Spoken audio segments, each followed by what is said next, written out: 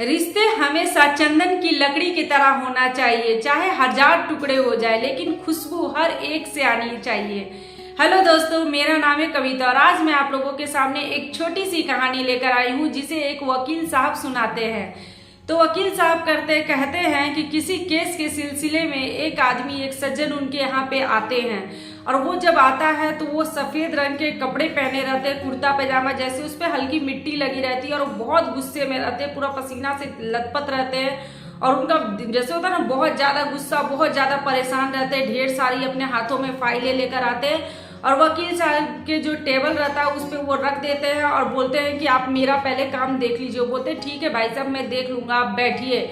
वो क्या करते हैं, अपना एसी थोड़ा सा तेज कर देते हैं कि इसको थोड़ा अच्छे से हवा लगे। अपने बोलते हैं नौकर को कि जाके इसके लिए पानी लेकर आइए, ठंडा पानी मंगवाते हैं, उनको पिलाते, बोलते हैं आप आराम से बैठिए, फिर बताइए क्या बात है, आप तो बहुत ज्यादा मतलब परेशान लग रहे हैं। तो वो बैठता है वहां पे, फिर वो अच्छे से पानी पीता है, बैठता है, जब थोड़ा आराम करता है फिर वकील साहब उससे पूछते हैं कि अब आप बताइए कि क्या बात है।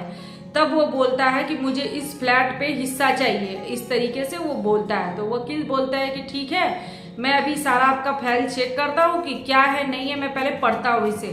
तो वो थोड़ा देखते हैं, फिर थोड़ा रुक कर बोलते हैं कि आप ना 4 दिन के बाद मेरे पास आइए, मुझे समझने में थोड़ा टाइम लगेगा आपका। और आधा घंटा दोनों आपस में बहुत अच्छे से बातें करते हुए अपनी सारी बातें वकील साहब को बताते भी हैं।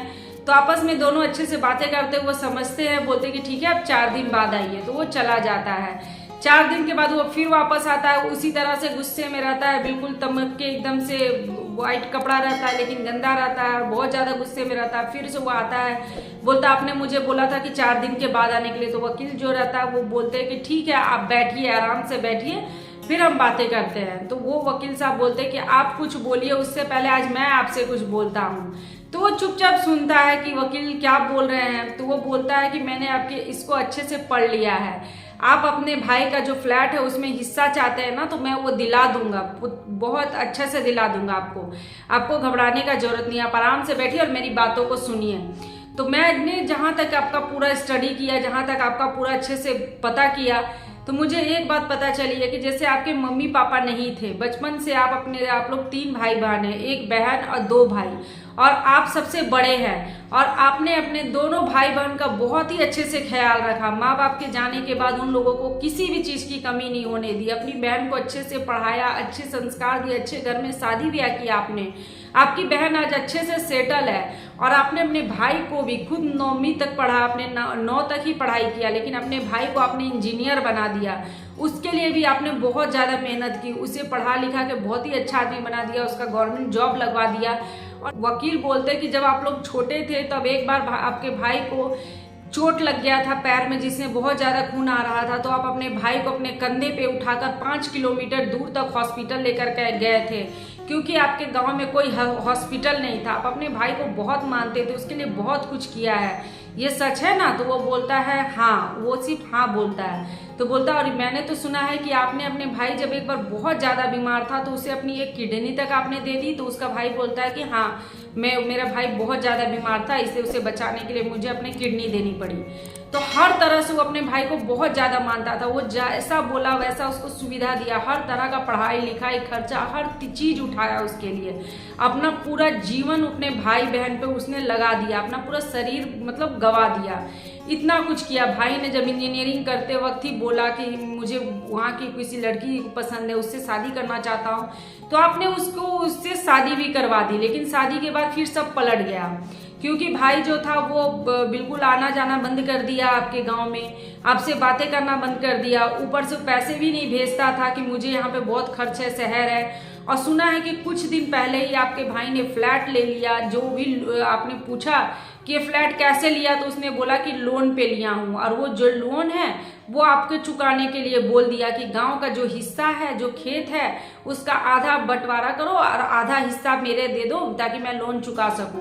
तो ये बंटवारा कहाँ से आ जाता है? इसी चीज का आपको गुस्सा है ना कि मेरा भाई मुझे कैसे बांटने के लिए ये करने लगा, इसी चीज से आप नाराज हो ना।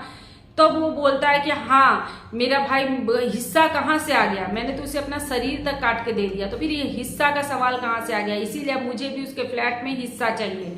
इस तरह से वो बोलता है और बहुत गुस्से में रहता है। तब वकील साहब बोलते हैं कि मेरी एक बात सुनिए, कहाँ आप इस कोर्ट कचहरी के चक्कर में पड़ रहे हैं। ये जो फ्लैट है वो आपका किडनी से ज़्यादा कीमती है। आपने जो अपने भाई के लिए किया, जो 5 किलोमीटर उसे लेकर गए आप दूर, इतना दूर, उसके लिए आपने अपना आधा शरीर गवा दिया, आपने अपना सब कुछ उसके लिए झोंक दिया। उसके सामने वो फ्लैट की कीमत क्या है? कुछ भी नहीं है।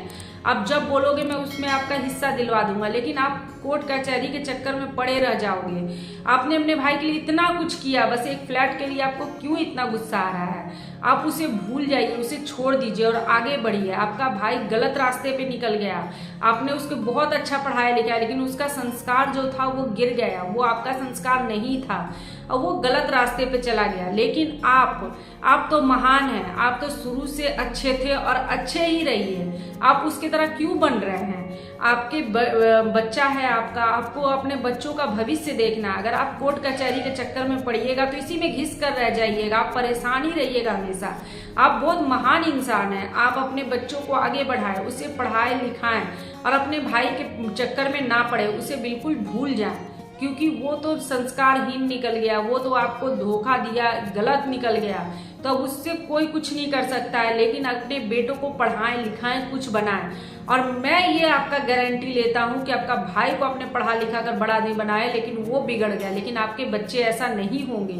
आपके बच्चे कभी आपका साथ नहीं छोड़ेंगे। आपके बच्चे पढ़ लिख कर बिल्कुल आपका साथ देंगे, ये मैं आपको बोलता हूँ। इस तरह से वकील साहब ने उसे बोला तो वो आदमी उठा और वहां से चुपचाप चला गया बिना कुछ बोले। तो वकील को लगा कि ये तो गुस्सा होकर चला गया, अब शायद किसी नए वकील के पास जाए अपने फ्लैट का केस के बारे में बात करने। तो वो चुप हो गया, वो उतना इस बात को लिए नहीं, वो भी चला गया। फिर कुछ साल बाद वही आदमी फिर से आता है उनके ऑफिस में।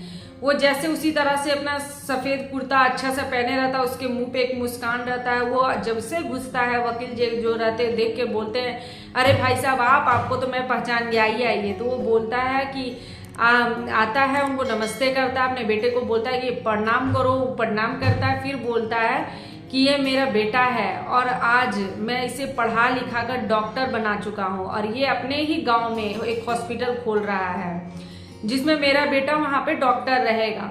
तो और ये सब जो कुछ भी हुआ है वो आपकी वजह से हुआ है, क्योंकि आपने मेरे जो गुस्सा था उसको सही दिशा में मोड़ दिया। वरना मैं आज कोर्ट कचहरी के चक्कर में पड़ जाता तो मेरे बच्चे पढ़ते लिखते नहीं। और जहां तक भाई का सवाल है, उसने भी मुझसे आकर माफी मांगा और मैंने उसे भी माफ कर दिया और सब कुछ भूल गया कि है तो मेरा ही भाई, इतनी मुश्किलों से इसे पाला पढ़ाया। तो फिर मैं उसके लिए भी सब कुछ भूल गया। और लेकिन आपने जो राय दी, आपने जो सुझाव दिया, उससे आज मेरे दोनों बच्चे सेट हो गए। इस तरह से उसने बोला। तो दोस्तों ये छोटी सी कहानी है, बस ये सिखाती है कि जब आपको बहुत ज्यादा गुस्सा है तो गुस्से में कुछ गलत कदम ना उठाए। उस गुस्से को आप सही राह में मोड़े ताकि आगे आप कुछ अच्छा कर सके। क्योंकि अगर जब बहुत ज्यादा गुस्सा आता है ना, उस गुस्से में अगर हम लोग कुछ सही कदम उठा लेते हैं ना, तो वो आगे चल के हम लोगों के लिए बहुत ही फायदेमंद होता है। लेकिन अगर वही गुस्से में हम लोग कुछ गलत कदम उठा लेते हैं या जिसके ऊपर गुस्सा है उसके ऊपर उसी वक्त निकाल देते हैं, तो फिर वो हमेशा खराबी होता है। इसलिए जब भी गुस्सा आए थोड़ा शांत होइए और अपने गुस्से को सही राह पे ले जाइए। अगर आपको कोई कुछ गलत बोल रहा है, कोई कुछ, तो उस चीज को आप साबित करिए, वैसा बन के दिखा दीजिए कि उनका मुंह अपने आप ही बंद हो जाए।